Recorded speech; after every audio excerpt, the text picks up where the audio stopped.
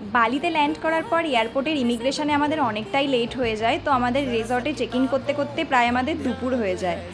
তো হ্যালো, আমি প্রিয়াঙ্কা, আর আজকে আমি শেয়ার করতে চলেছি বালিতে নেক্সট কদিনের জন্য সেমিয়াকে আমরা কোথায় থাকতে চলেছি।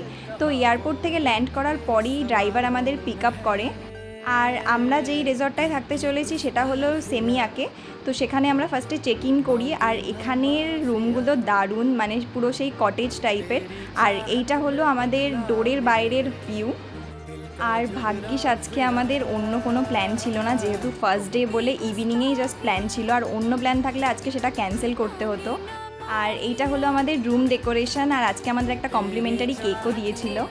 তারপর দুপুরে যেহেতু আমাদের লাঞ্চ করা হয়নি, তো নিচেই একটা ইন্ডিয়ান রেস্টুরেন্ট ছিল, আমরা ওখানে গিয়ে ফার্স্টে লাঞ্চ করি। আর দেন আমাদের আজকে সন্ধেবেলার একটাই প্রোগ্রাম ছিল কেকাক ড্যান্স দেখার, সেটা আমি নেক্সট পার্টে শেয়ার করব। তো see you in my next video, by.